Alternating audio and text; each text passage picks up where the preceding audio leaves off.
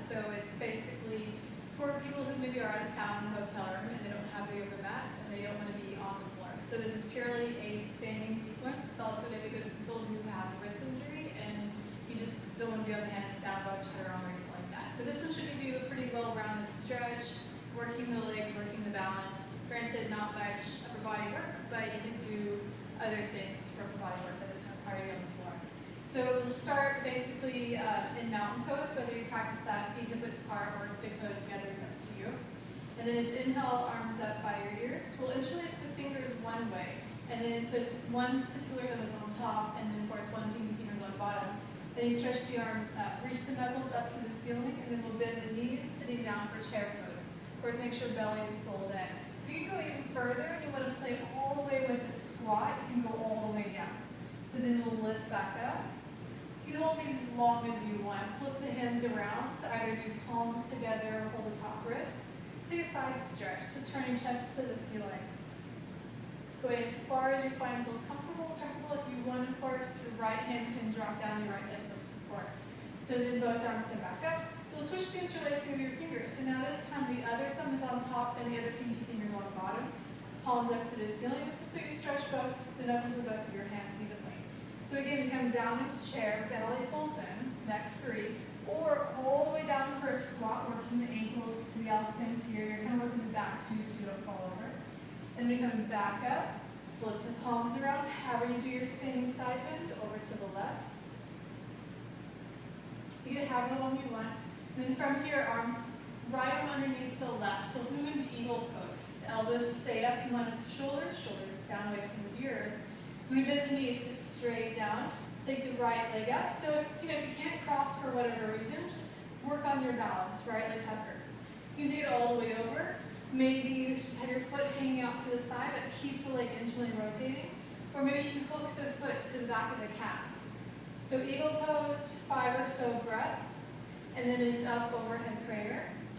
And then forward fold yoga mudra. So we're stretching the shoulders that are away from eagle pose, but at the same time, of course, stretching your back and then the back of the legs.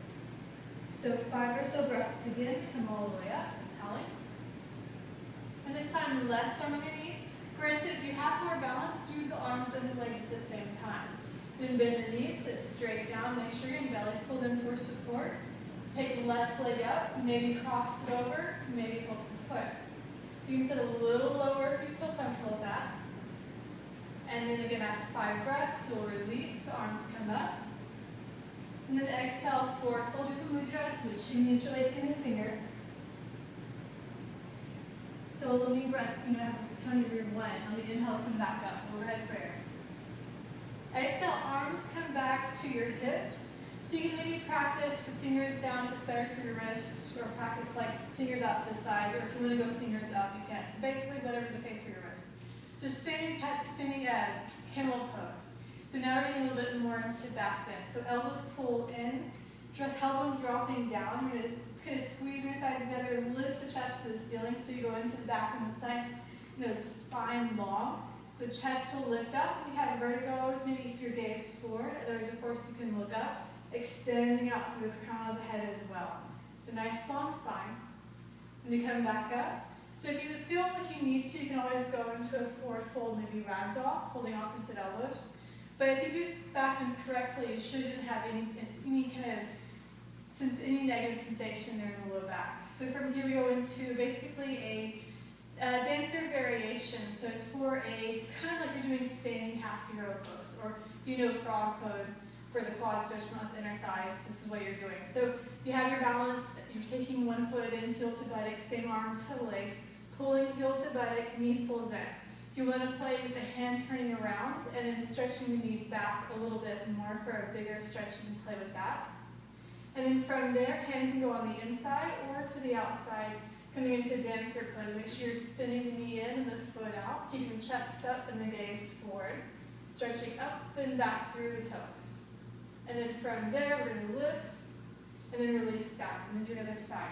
So again, we have the standing dancer variation, heel to buttock. You have the frog variation, wrapping the hands around the toes, keeping tailbone down, the belly lifting.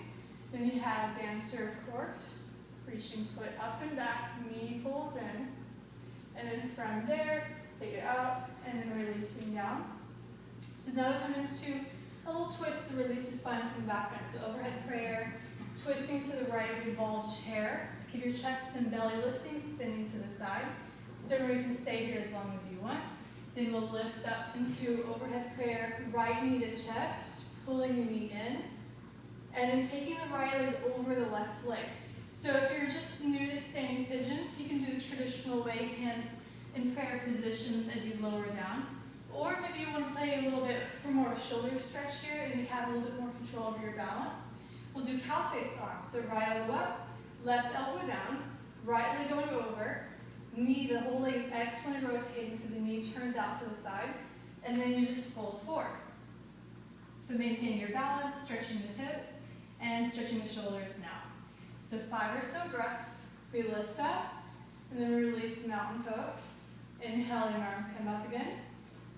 Exhale, bending the knees, chair pose, twisting to the left. Again, lifting and spinning to the side. 5 or so breaths. Inhale, come back up. Exhale, knee lifts, this time left. And then we cross it over. So you have the option, normal standing pigeon, or Cowface version, left elbow up, right elbow down. Sitting all the way down, as low as you can go. Make sure you listen to your knees, listen to your body. So never pushing it. 5 or so breaths, we come back up. Releasing. Inhale, overhead prayer. Exhale, step right leg out. So we're going to finish up with a little bit of an inner thigh stretch. Basically, you have to spread the legs to get an inner thigh stretch for a standing version. So if you don't feel comfortable with taking your feet wide, feel like you're going to slip, then you just can skip this. Otherwise, we'll take a yogic squat. So knees turn out to the sides. And then you basically bring your elbows to your inner knees. And then you just push the knees out wide. Sometimes I like to do a little bit of movement here, just whatever feels good. And then whenever you're done playing with this, you're making sure you're pushing out. You can do hands, if you don't want to touch the floor, do hands to the ankles, and then just fold forward. So just finishing up with folds. After 5 or so breaths, about half, forward fold, hands to hips, belly in, tiny bend in the knees, all the way up. So again, you can turn and then you can step mountain pose, and that's it. So if you're, granted, if you're at your hotel, you can just hop on the bed and take a shavasana, none of that. So hopefully you like this, Linda, and maybe anybody else who's watching, and have a great day. Thanks.